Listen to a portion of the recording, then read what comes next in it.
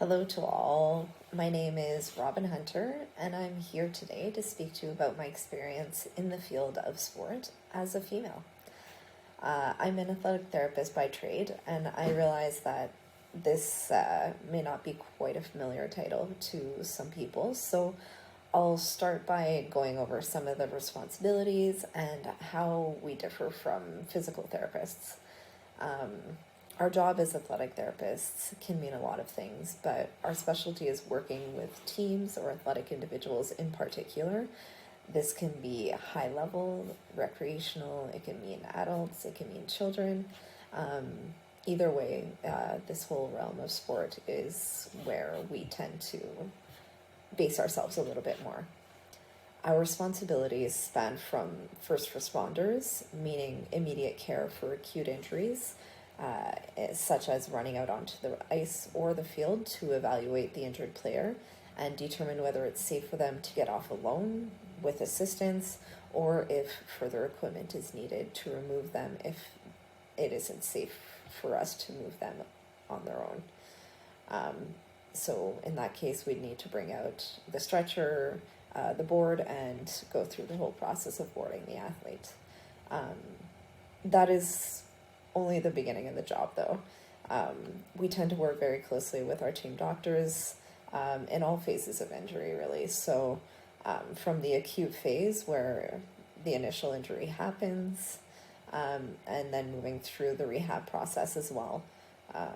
On a daily basis, we, the athletic therapists, are the ones that are present with the athletes, setting it up, making sure they get the care they need. This can mean tapings for games and practices, treatments for any muscle aches and pains. It can be preventative work, working on movements to help remove some pain from their daily life. And it can also be a daily plan for their injury rehab if they're coming back from a previous injury. In Halifax, where I spent a few years, we were lucky enough to have a strength and conditioning coach that was around with the team. Him and I worked closely together as well, so that if I had to go out to practice and make sure everything was going smoothly there, he stayed in the gym and supervised or observed the injured athletes, and then gave them some extra work afterwards if he could, for conditioning, for keeping their legs strong if it's an upper body injury, or keeping their upper body strong if it's a lower body injury. We can work with other professionals as well, such as a chiropractor, an osteopath, or a physiotherapist, who all tend to work mostly in clinics. But it helps us round out our practice a little bit more if ever there's something that we can't do and they can. It just helps address all domains. On a day-to-day basis, I was with the team, managing injuries, performing treatments, and planning rehabs on top of follow-ups with the doctors or other health professionals. I would keep the staff and coaches updated with injury statuses of the players, and I also set up meals for the road trips. So just a little history about me as a person.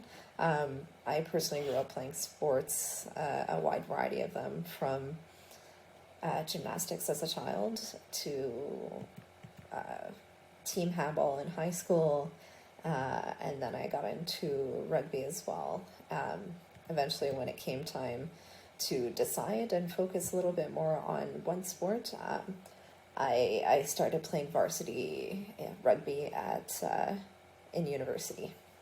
And that took over most of my sporting life, since outside of the trainings and the daily workouts at school, there wasn't a whole lot of time left.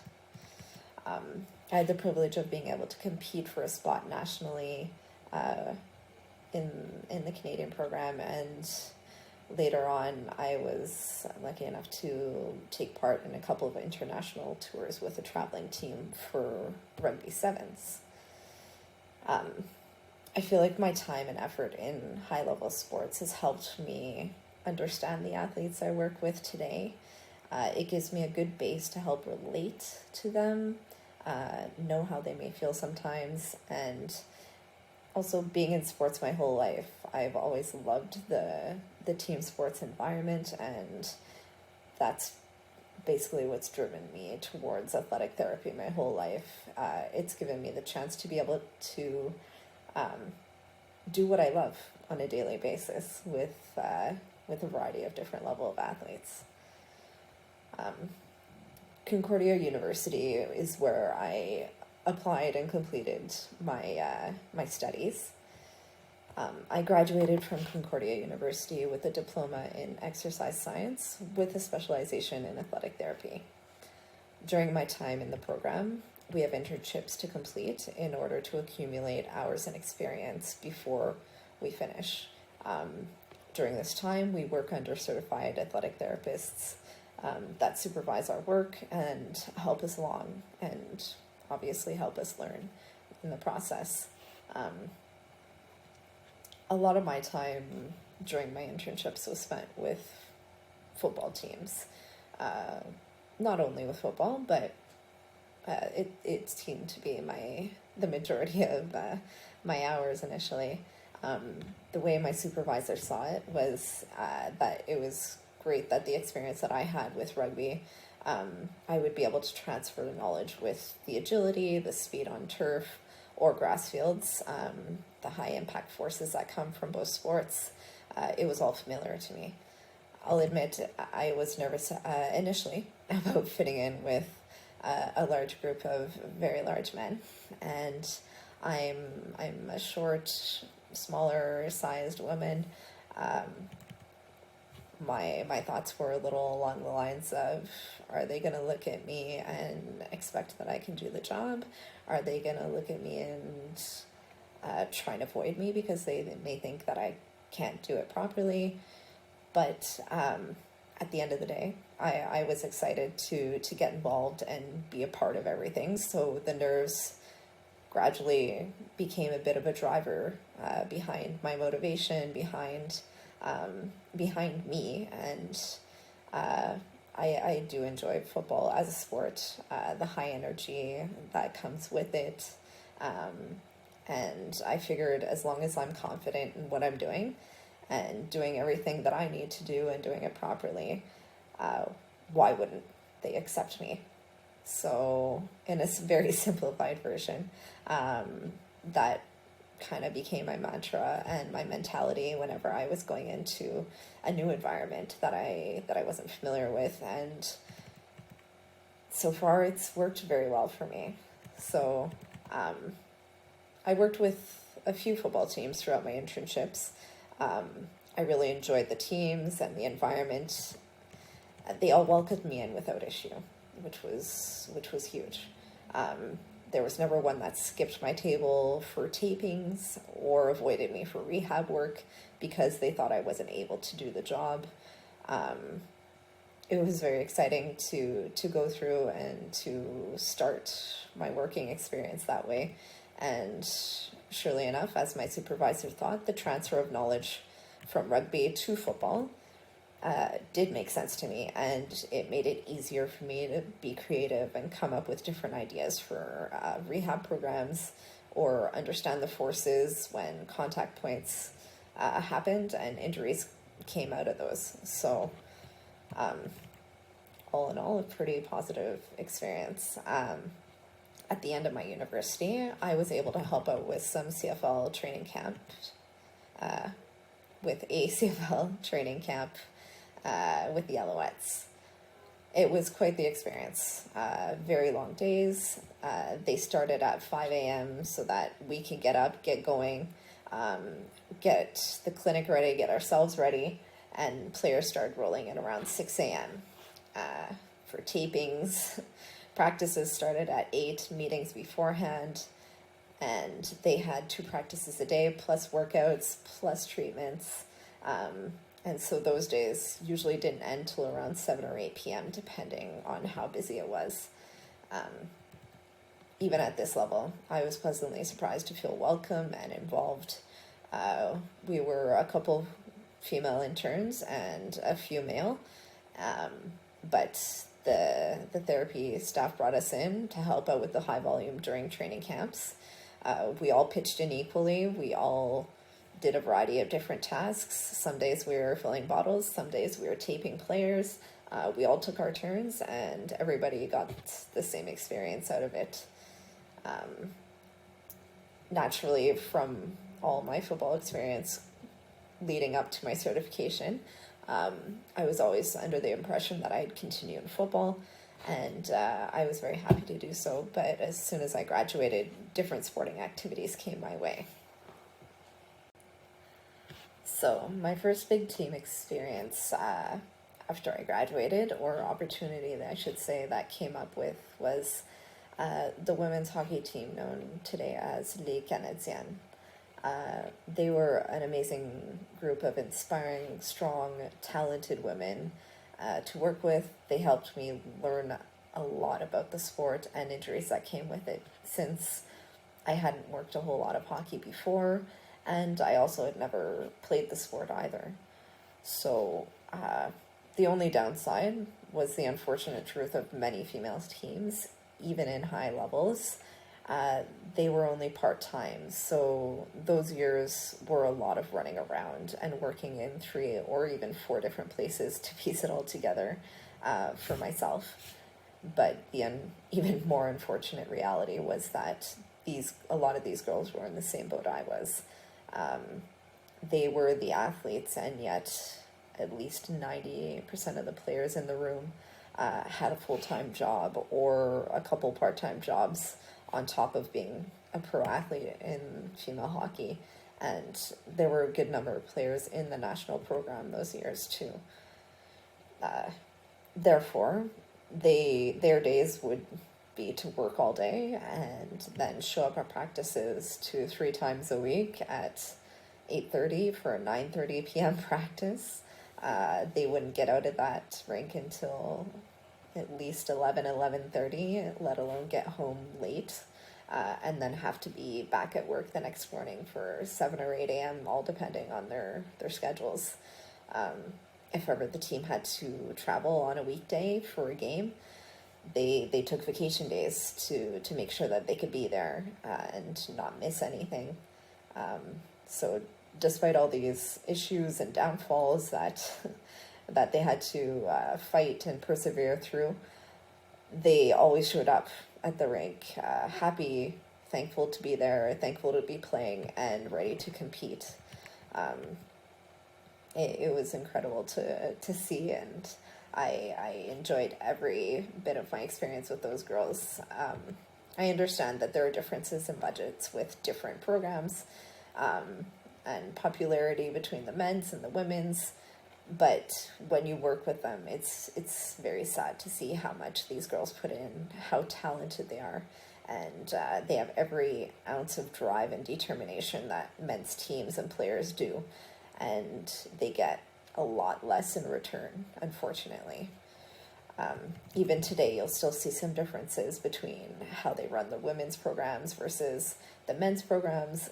A simple example is this last December, the women's U18 World Tournament was completely canceled due to COVID issues, which naturally is out of our hands.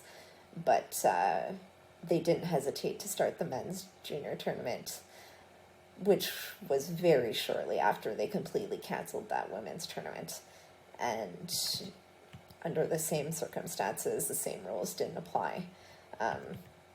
A lot of this continuously comes to light, though, and over, budget and funding issues are the limiting factor for women's hockey. All I can say is that hopefully, in the long run, things start to equalize and pay off for the women, because they deserve it just as much as the men do. There are a lot of very skilled players on the female side. An easy example is Marie-Philippe Poulin and the Canadian women's team that just went through the Olympics this year. They definitely took control of their Olympic experience and dominated despite the continuous interruptions through the year leading up to the event. And it was a very impressive show for everyone to watch. So I was with that team for about 4 years, and then I applied for a job in Cape Breton with the Screaming Eagles in the QMJHL, which is the major junior hockey league.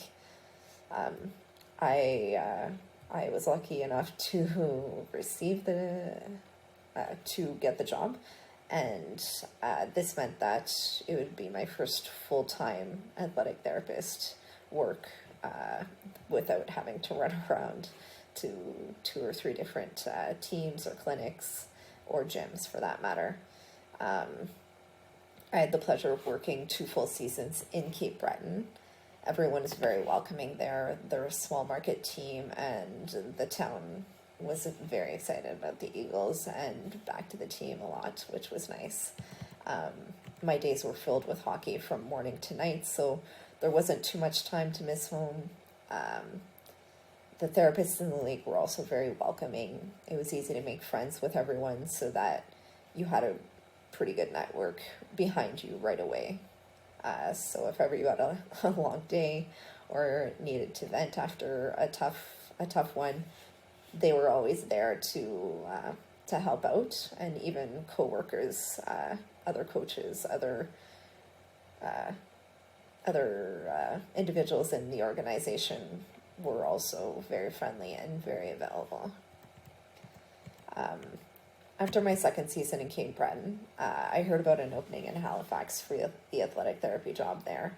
Naturally, I applied, it being a bit of a bigger city, a little bit closer to home, and obviously a bigger market team. This was a very appealing opportunity with the possibility of more exposure for myself as well, to possibly move up to higher levels, or even just to have the opportunity to be involved with one of the bigger market teams in the Q. I was fortunate enough to be hired in Halifax, and I spent the last 5 seasons with the Mooseheads. Some of my main highlights there included hosting the Memorial Cup with Dr. Tina Atkinson and the rest of our other team doctors.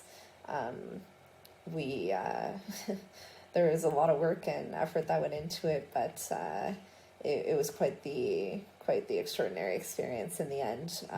We ended up as the runner-ups of the tournament, lost by not much, but I really have been lucky to have such a positive experience in my domain, in the realm of hockey. A lot of great coaches and staff members that have gone through Halifax, and day in and day out, I had great relationships with them.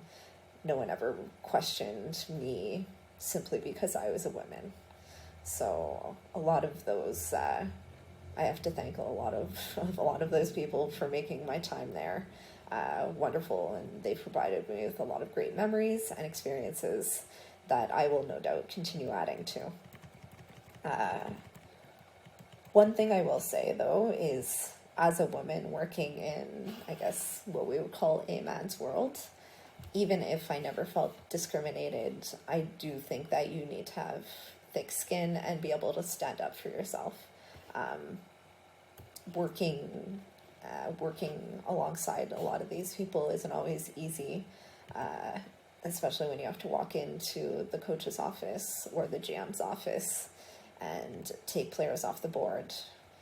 They will naturally challenge, question, push where they can, and rarely are they happy about having to take a player out, even though it's no one's fault.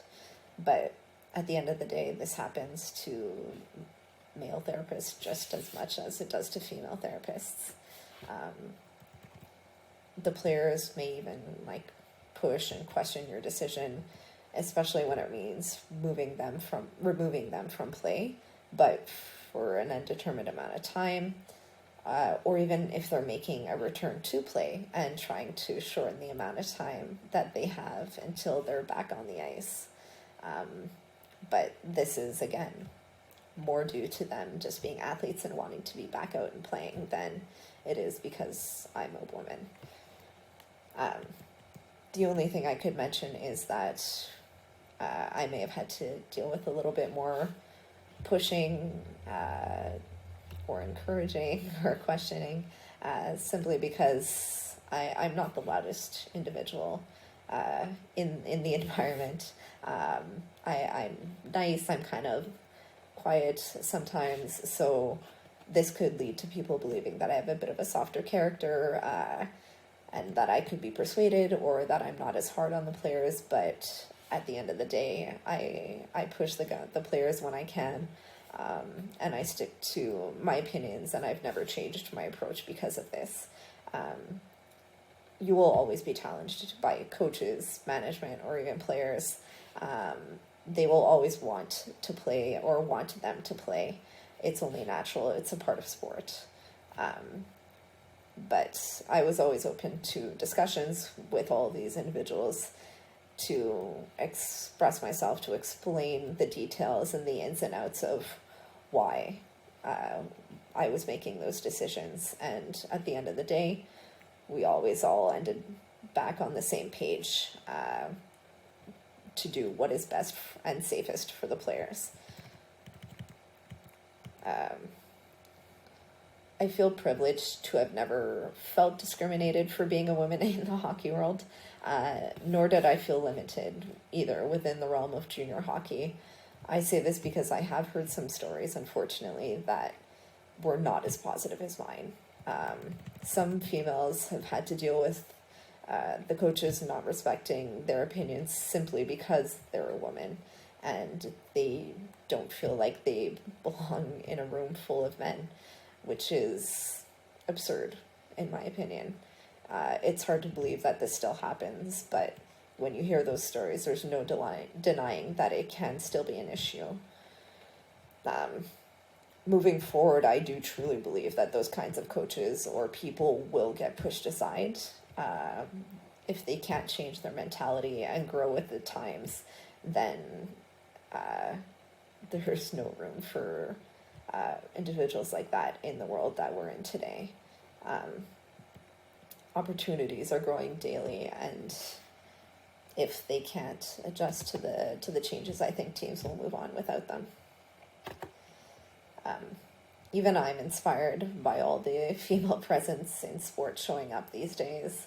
I used to feel limited even just a couple years ago, thinking that the junior level would likely be the top of where I kind of get to, maybe the AHL. But there seemed to be little to no opportunity in the higher levels for women. But these opportunities are starting to come up more and more.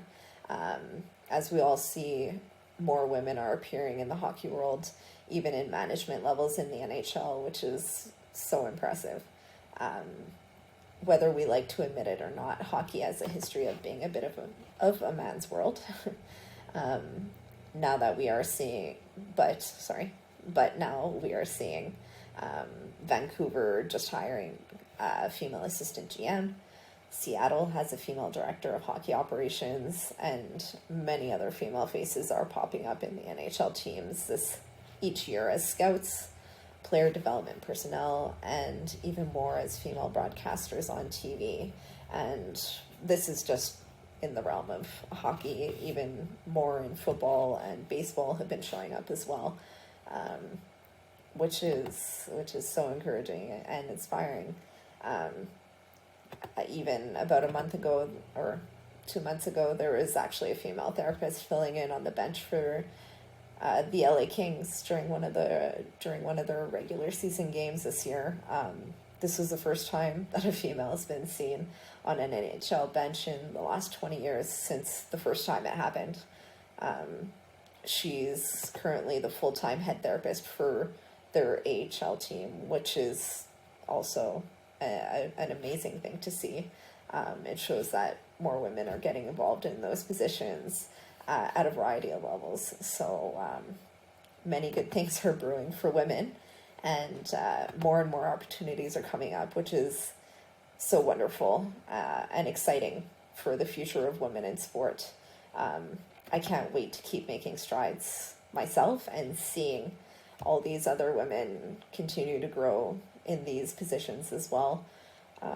I can't stress to future generations enough how important it is for women professionals to get involved and seize whatever opportunities they can without fear of failure or judgment.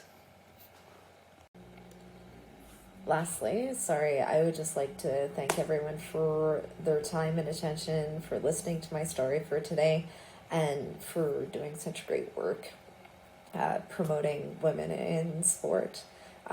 It's wonderful, and I hope everything keeps growing and continuing.